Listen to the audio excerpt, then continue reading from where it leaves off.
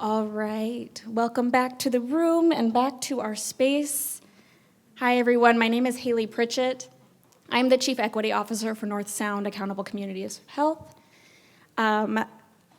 This is a little bit of an anniversary for me. I started unofficially, most staff didn't know I had actually started, at the January convening last year was my very first day. And I showed up a little bit incognito, stood in the back of the room just to get to know people. So this is my work anniversary, y'all. And it has been quite a journey this last year. So I will do a very brief intro for myself, and then I have the pleasure of introducing our panelists. But as I mentioned, my name is Haley Pritchett. I like to introduce myself as someone with many mixed, intersecting identities. I'm a mother, I'm a professional, I'm an academic, I'm a community member. I sit in many different places. I'm Black, I'm white, I'm everything. And the reason why I feel like it's important to introduce myself this way is because it lends to how I see the world and the muscles that I've had to build from infancy, really, when everyone looks at my white father and my Black mother and says, "What are you?" Right? So I've had to learn how to bridge very early.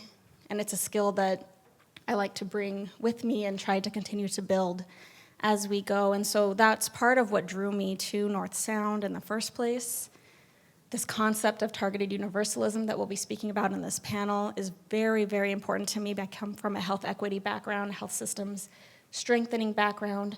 And to me, this is how I always kind of understood health equity, right? So we'll talk a little bit more about what TU is, and John beautifully introduced us to the concept. But before we do, a lost art that I get to practice right now is the art of introduction. So I'm going to introduce our speakers, and you'll have to bear with me. I'm going to read because if any of you are mothers, mother brain is real. It doesn't go away. As the kids grow up, it stays.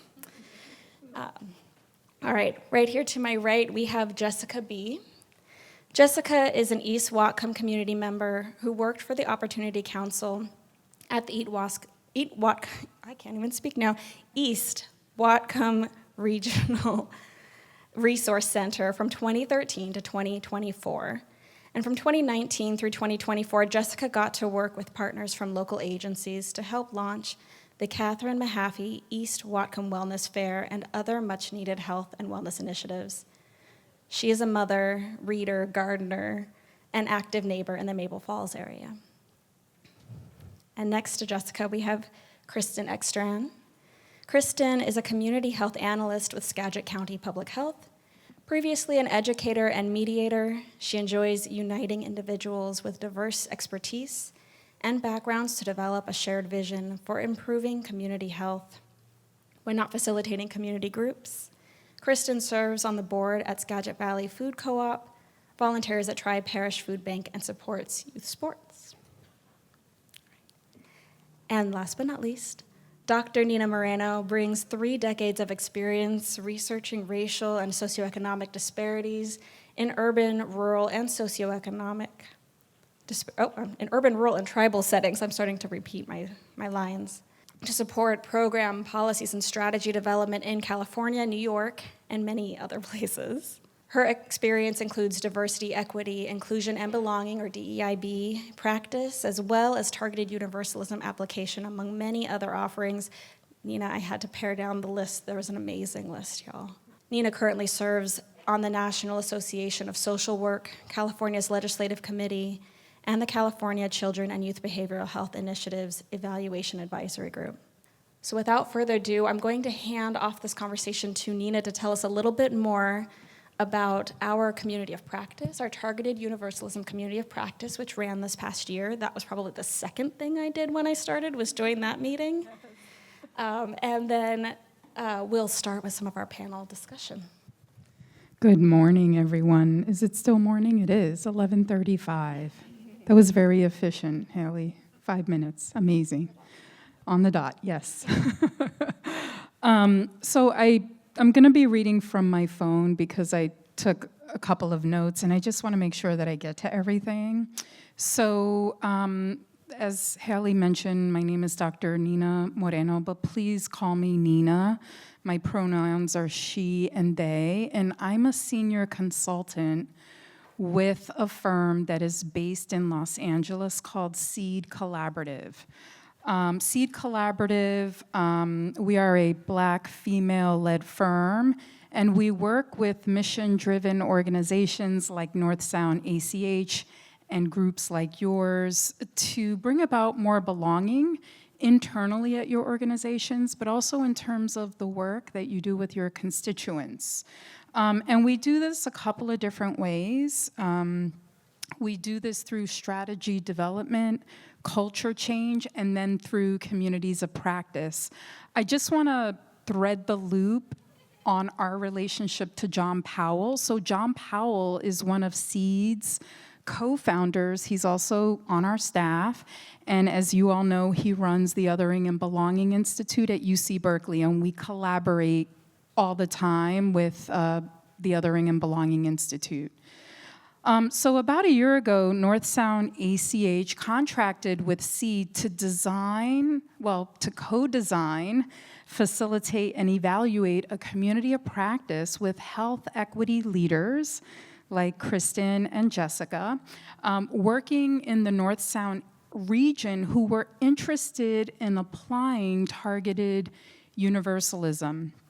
Just really quickly, for those of you who don't know, a community of practice is merely a group of individuals who share a common interest, goal, area of expertise. They come together to basically exchange knowledge, to collaborate, and basically to improve knowledge and skills over time. So we organized a group of health equity leaders who really wanted to steep themselves in the application of targeted universalism. John really talked about targeted universalism, but just by way of a reminder, it is an equity framework that centers a universal goal and uses targeted strategies that vary depending on your segment groups, because no segment groups are alike, to get everyone to the goal. And it is laser focused on systems and structural change. The other thing I want to say, and Kristen and Jessica and maybe even Haley, who is part of the community of practice, TU and its application really hinges on a couple of very important practices. Co-creation is a huge one. Shared leadership is another one. And then consensus decision-making is another one. So you'll be hearing from our panel today who participated in our most recent community of practice, and you'll hear about their journeys as they apply to you. Just want to say that, if there's sufficient interest from another potential cohort, there is an opportunity to possibly hold another community of practice in the near future. So at the end, we will put up both Hallie and my contact information. Just reach out and let us know. And yes, thanks for this slide. These are the 7 stages of targeted universalism. I don't have time to get into it now, but you'll be hearing a little bit about how the panel, applied different aspects of it in their work. And with that, I'll hand it back to Hallie. Thank you. Absolutely. And, in my excitement, as we do, I skipped a slide. So I'm going to ask Jessica, who shared this quote with us as we were planning, just to read this and explain a little bit why she shared it. But this was shared with us as part of our theme for coming together and what we are becoming, and something that we just wanted to share as we got started into this conversation. Thank you. I feel like this quote really holds a lot of power for me after January 20th and the events that happened on that day, as well as the celebration of Martin Luther King. I will read it out loud. This is a quote from Shane Claiborne and their Common Prayer, a liturgy for ordinary radicals. Peacemaking doesn't mean passivity. It is the act of interrupting justice without mirroring injustice. The act of disarming evil without destroying the evildoer. The act of finding the third way that is neither fight nor flight, but the careful, arduous pursuit of reconciliation and justice. It is about a revolution of love that is big enough to set both the oppressed and the oppressors free. And good, positive system change, I think, should do those things. And I see TU as a practice and a possibility that we can embrace to get there. Thank you. I appreciate that. Okay. So I have a couple questions for our panelists, and if we have a little bit of time, we may have some time for questions from the audience, but we'll see where we go. First question, and for whomever wants to take it first, what brought you or your organization to targeted universalism, and more specifically to the TU community of practice? Hi, I am a facilitator for Skagit County's advisory board to our Board of Health. It's called the Population Health Trust. And this is an organization that has been working for 10 years to improve the social determinants of health and increase equity and health equity specifically for individuals in Skagit County. About 2019 or so, we started down our own equity path, trying to figure out what that meant for us, what our definitions were, how we were going to implement it. And along that way, we were looking for a framework or a lens or a particular practice. And we had the good fortune of attending some sessions with John Powell through the ACH and doing some reading. And the members of the Population Health Trust really felt that this was a practice that we could engage in, or a methodology that we could follow. One of the reasons was that we'd been doing community health assessment and community health improvement projects that involve strategic planning. And the thing that we did with our planning was to set universal goals for the entire community. So that was part of the practice that felt really comfortable and familiar to us. And we thought, well, this is a lens we can apply. We tested it with a housing project that was just really way too enormous. Our universal goal was huge. Everybody has safe, affordable housing in the community. It was just too big. We started looking at the data. We got overwhelmed by the data. We got overwhelmed by the fact that we're a small community, and finding disaggregated data around the specific population groups that we were interested in was nearly impossible. And after many months of struggle and not really knowing how to implement targeted universalism, we kind of put it on the back burner. So when this community of practice came along, I thought, perfect. I can gain the skills, I can get the support, I can have experiences and examples about how to carry this out from other organizations and the expertise of the Seed Collaborative. So that's how we, as a collective impact group, joined the Targeted Universalism community of practice. All right, so I moved to Maple Falls in 2007 with my family, a lot of very young children. And if you're not sure where Maple Falls is, if you know where Mount Baker is, we're out that way.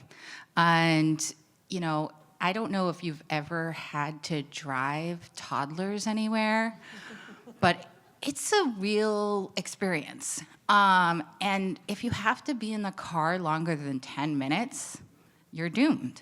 So where I live, going to a medical appointment, you know, picking up groceries, doing the things that you need to do to be healthy, to be well, the common things that many people can do in that 10-minute drive, I needed to plan for more like an hour because I live 26 miles from services. And that's a long drive with very young children. And, you know, we adapted and we figured it out. Everybody had the doctor's appointment on the same day, you know, if they'd let us. But, you know, it's still not really solving the problem. It's not fixing where women have to put or check their baggage on the airplane. So when in 2013 I got my dream job working at the local resource center, I got to see firsthand, I'm not alone in this experience. My neighbors have very similar experiences, even if they don't have toddlers. They have grandmas they're taking care of. They have neighbors who can't drive because their car is not working, or the working family member has the car. So all of these impact barriers, and what I really found is that bringing services at the Resource Center was a big deal, was a real way to move forward. And in 2019, this lovely person, Catherine Mahaffey, came up and said, I want to start having health services out here. And I was like, fantastic. Actually, this building was originally built for that. We should make that happen. But I really need you to push. And push she did. She was such a strong force of nature and personhood, and brought us together to start working towards wellness goals. But I will say that, I had no idea what targeted universalism was. I just knew that there were parts of my community that were not getting the messages about services at the Resource Center. And that felt very broken for me. So over time, we started going, okay, well, we need to make sure our mission and all of our materials are translated into Spanish and into Russian and Ukrainian, because those are the primary languages spoken out where I live, other than English. And we did these small things, and we started planning a health fair back in 2019, but unfortunately couldn't hold it till 2022.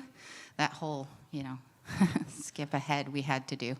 And when we finally held it, we had found that, yes, we got some of the population that we wanted to reach, but not as far-reaching and not as well as we would have liked. So each year we tried new strategies. And targeted universalism, when this community of practice came about and North Sound asked if there would be anyone interested in learning this, I was like, this is what the Catherine Mahaffey East Whatcom Wellness Fair needs.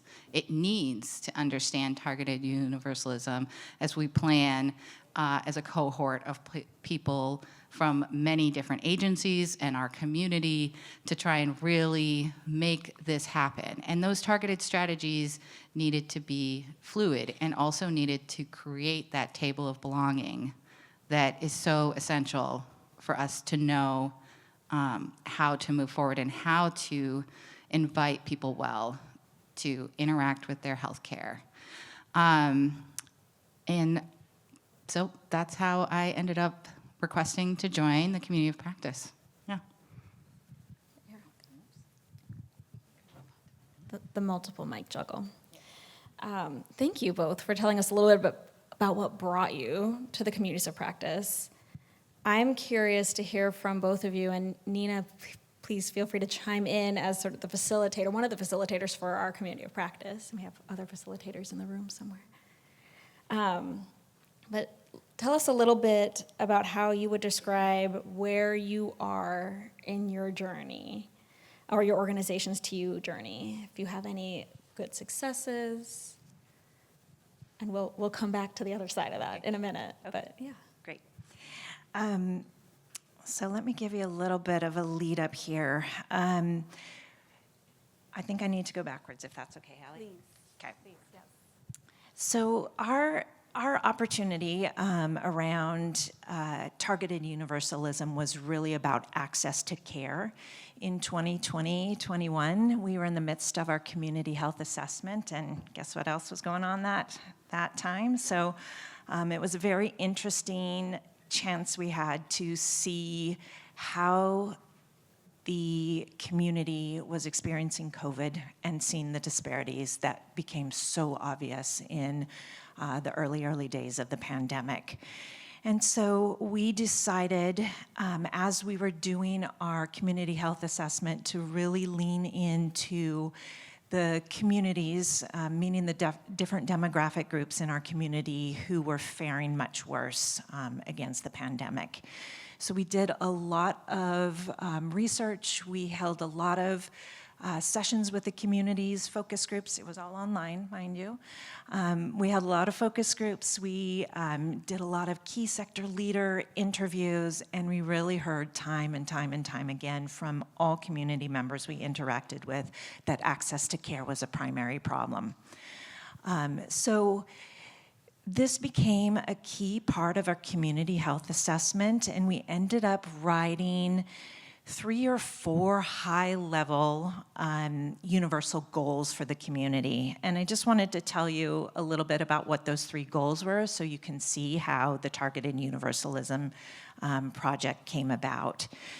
We, the community partners, a part of the Population Health Trust, set universal goals that healthcare settings are welcoming and safe spaces for underrepresented communities and communities of color, that Skagit County residents have access to a wide range of medical and health-related services provided by people who speak their language and understand their culture. And thirdly, everyone in Skagit County can find, understand, and use information and services to inform health-related decisions and actions.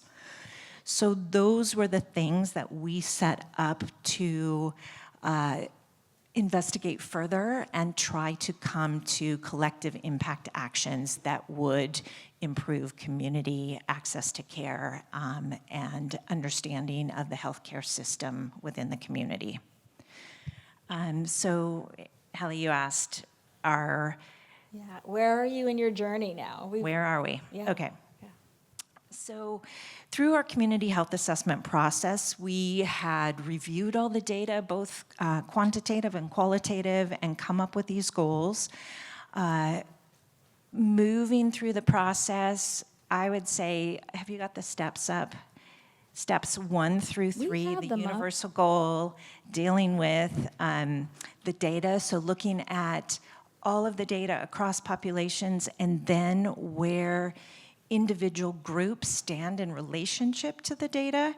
We had done those steps, but what we knew was that we really also needed to dig in deeper to a particular issue area, and that's when we chose our 3rd goal area and a strategy that we had written about that, which is related to people in the community understanding the healthcare system enough to be able to access. So essentially health literacy. What do people know? What information do they need in order to figure out this very complex system that we have? So with our project, we did, gosh, how to make this not a very long story. But we'd done the initial work, and then we realized we needed to understand from the perspective of an individual demographic group what their experience was. And we selected the Latinx community because they had been so highly impacted by COVID in the initial phases, and we really wanted to see if we could work with the community, bring them together, and understand together what we could do to solve their access to care problems. So at this point, I was working with a master's in public health graduate student who needed to get some specific skills to finalize her degree, and she wanted to learn about targeted universalism as well. So we brought her in, and we kind of combined this traditional public health assessment and planning process with targeted universalism so she could check off her skills. So first we did a lit review, which allowed us to put what we had already heard from the community into an academic framework. It also helped us understand the scope of the issues around access to care from both a national and regional perspective, not just in Skagit County. And like I mentioned, we started with a single population group to assess their performance related to that goal that we had established. In order to do that, though, we needed to hear from the community in a really broad-based way, more so than we had in the community health assessment. So our plan was to conduct as many focus groups as we could in Spanish. And this is where I think my biggest learning and our greatest success came in. We wanted to make sure to implement co-creation with the community.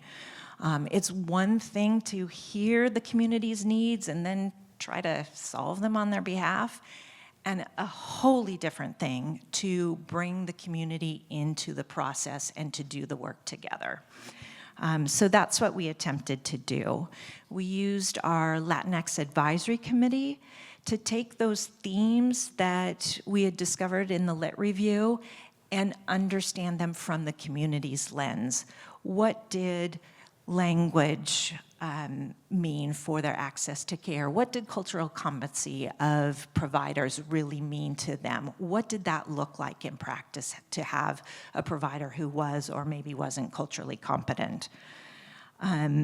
So we devised with the Latinx advisory community a set of questions and a set of structures to guide the group. We had to trial that set of questions multiple times. It took us 3 iterations to feel like we really had nailed this and the community was responding in a way that made sense. As many of you know, the Latinx community in Skagit County includes the Mixteco population, Mixteco speakers, Triqui speakers. We needed something that really worked and resonated for everyone.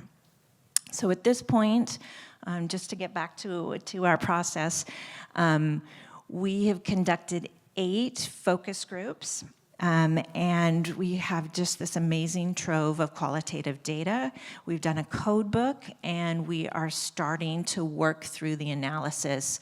Not all the interviews in the focus groups have been coded, but we are starting to see those lessons come to life.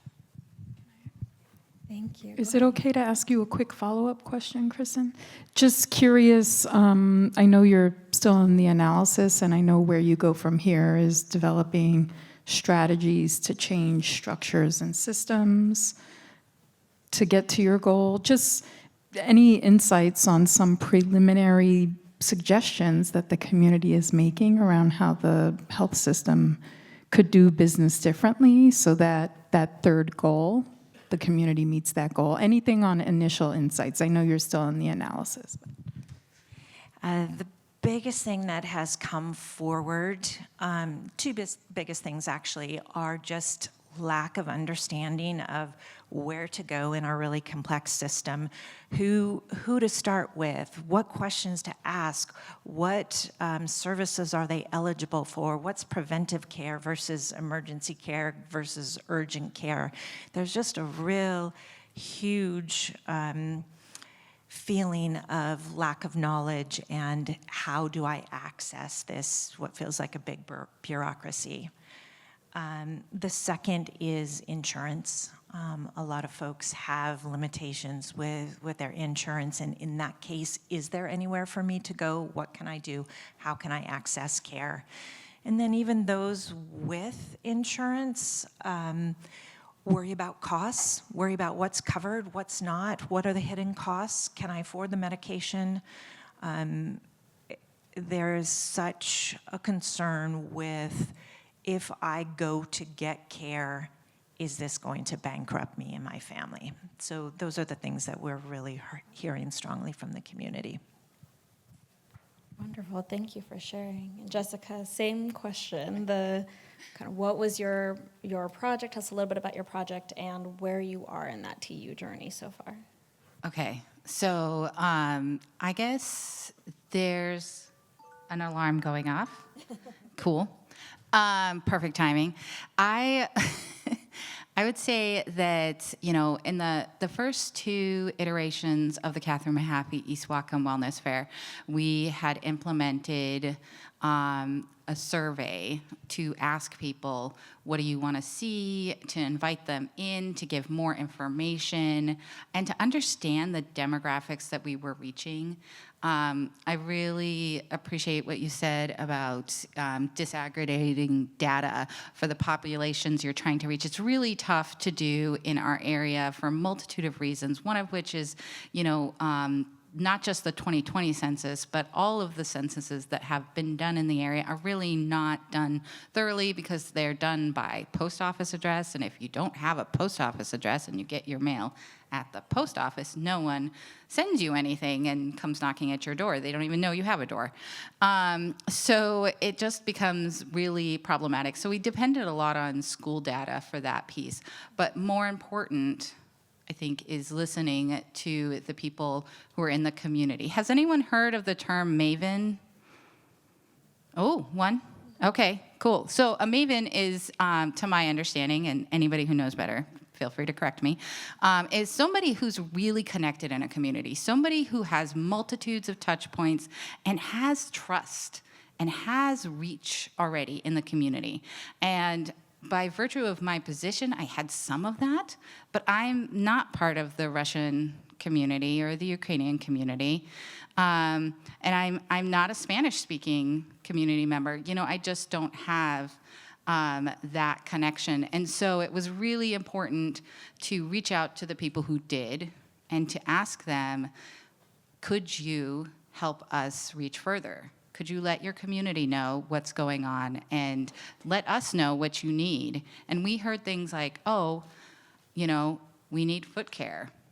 We need to have services that are more accessible than just once a year, you know. And some of this we heard all along the journey, but some of this we heard, you know, more strongly each year because more people knew about what was being offered, and more different people came, and there were different touch points.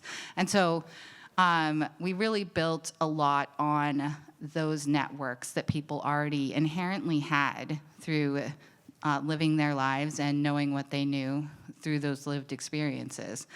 And that enabled us to do things like work with Health Ministries Network to have Ask a Nurse out at the Resource Center twice a month, which was another great touch point.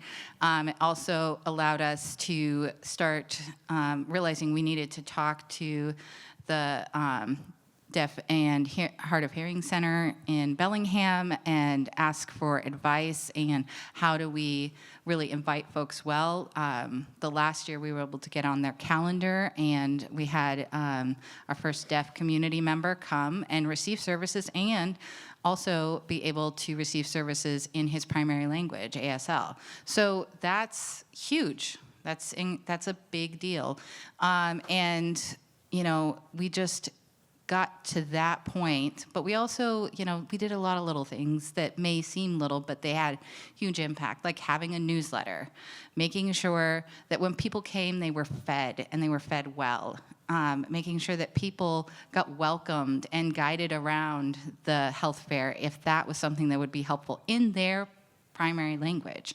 So I feel as though because our project was not as far-reaching as a whole county, and our universal goal was really that that folks in the entire community of Mount Baker School District felt invited well, that we were able to, you know, really move through the steps of targeted universalism. Now, I'm no longer doing that work directly. I'm in school right now, but I have been keeping tabs, and one of the ways I do that is by going and once a year running a community meal, and I got to do that with the Health Equity Zone folks, and it was really great to go there because I got to see Dr. Durbin, and Dr. Durbin is a naturopath who is about to start offering his services at the Resource Center on a regular, predictable basis, not just for walk-ins, but also by appointment. And we'll be accepting some Medicaid healthcare. So that's incredible. But that's all built on this idea that people do want to care for their wellness in our community. They're not opting out of it because they don't care. They're opting out of it because it's not meant for them and it's not built for them. And the location of these healthcare services really matters.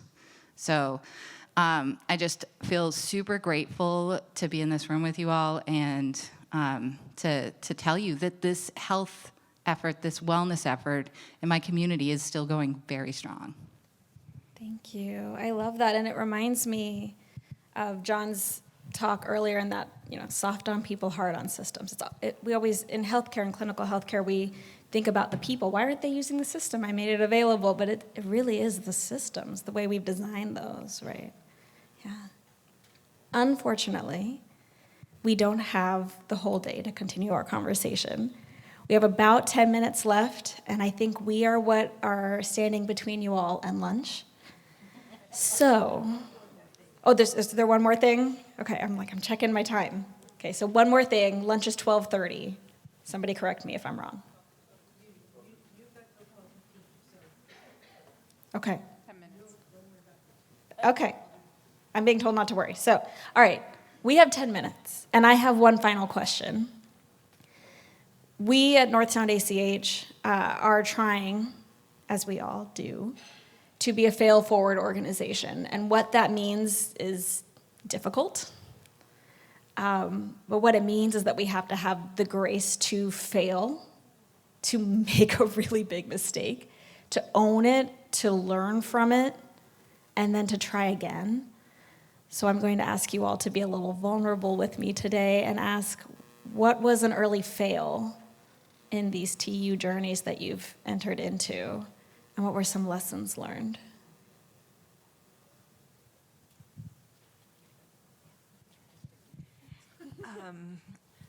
Well, we had a lot of fails. I feel like I had a lot of fails as the facilitator of this project.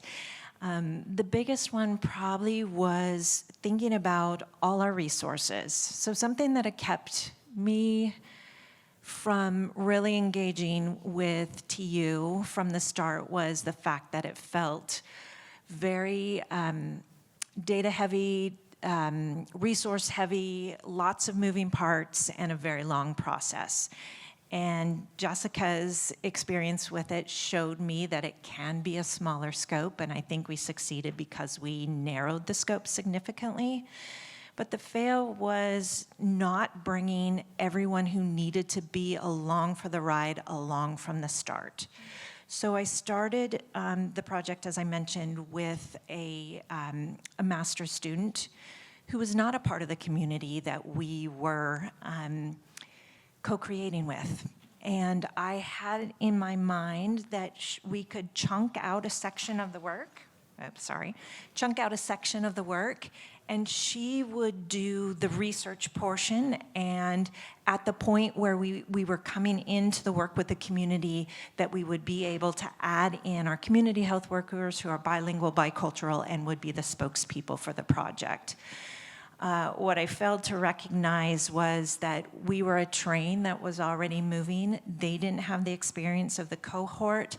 They stepped into a project that was pretty complex without enough support, enough knowledge from me. And so if we were doing this kind of project again, I did identify, but I was thinking about their work in other divisions and their work in the community and would they have time. But I definitely would have made it possible that they joined from the start and the team was secure as a whole all the way through so that we didn't have the disconnect when it got to them going out to their community.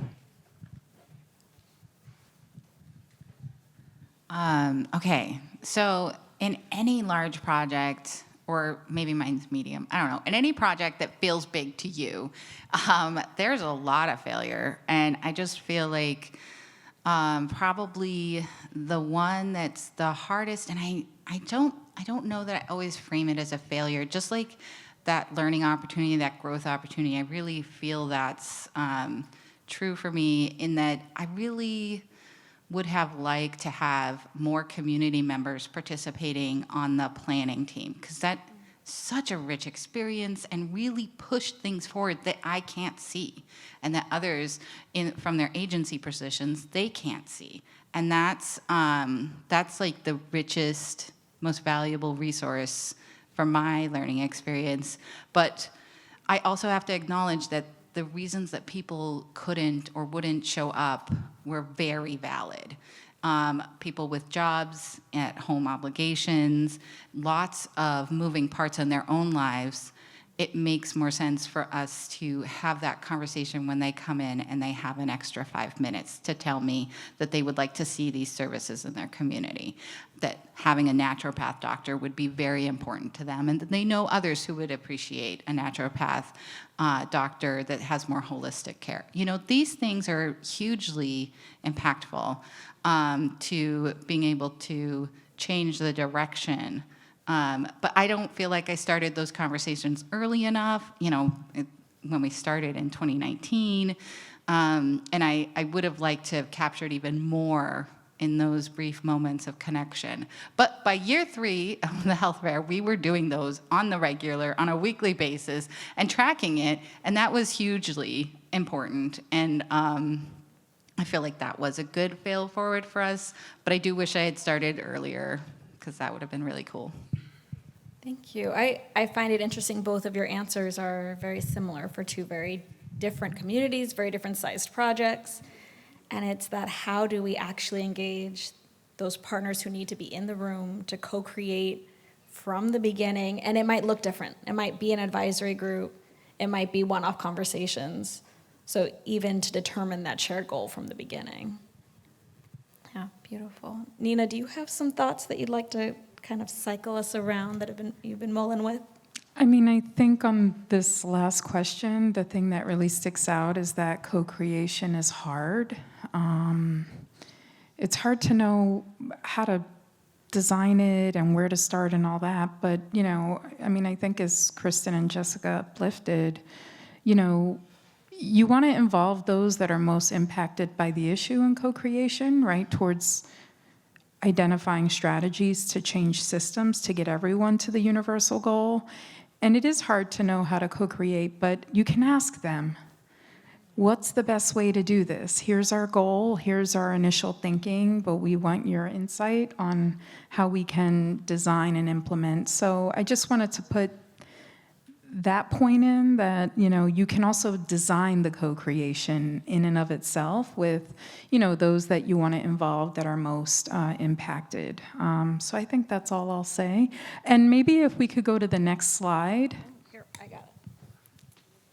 Yeah, the only other thing I wanted to remind you, first of all, thank you for being here and being engaged. I'm going to pass it back to Haley, but our contact info is here. If you're interested in, you know, community of practice, just reach out to one of us, and I'll pass it back to you, Haley. I don't know if you want to say anything in closing, or I don't even know if we have time for audience questions.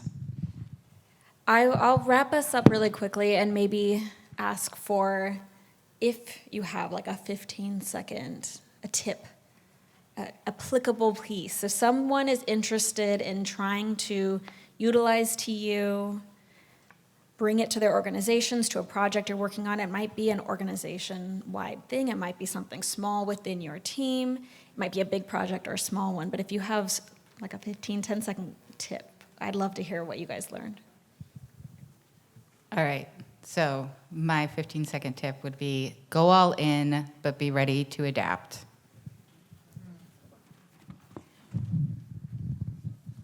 My tip would be, don't be afraid. I think we were afraid of the data and not being able to get to steps 3, but just jump in, co-create. The big takeaway for me was the myriad of benefits that come from co-creation with your community. You really can solve problems if you solve them together. All right. With that, I will say please give a round of applause for our amazing panelists, and thank you both. Thank you, Nina.